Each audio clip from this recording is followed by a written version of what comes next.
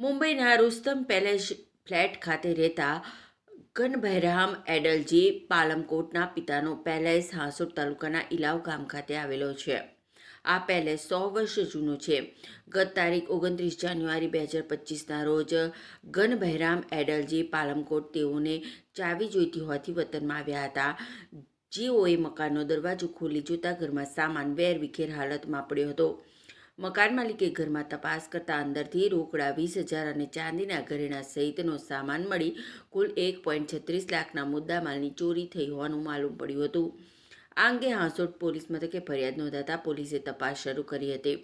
આ મામલામાં પોલીસે 1 વર્ષ બાદ વનસિંગ ડેબા ઠાકરે, ગોવિંદભાઈ મોસુવલવી, આનંદા ઉર્ફે અનોદ કુરસા તડવી અને વસંતભાઈ હોમાભાઈ વલવીની ધરપકડ કરી છે.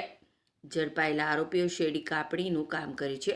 આ કામ દરમિયાન તેઓ જે ગામમાં જાય છે ત્યાં બંધ મકાનની રેકી કર્યા બાદ ચોરીના ગુનાને અંજામ આપે છે અને ચોરીનો મુદ્દામાલ તેમના વતન સહિતના વિસ્તારોમાં છુપાવી રાખતા હોવાનું પોલીસની પ્રાથમિક તપાસમાં બહાર આવ્યું હતું.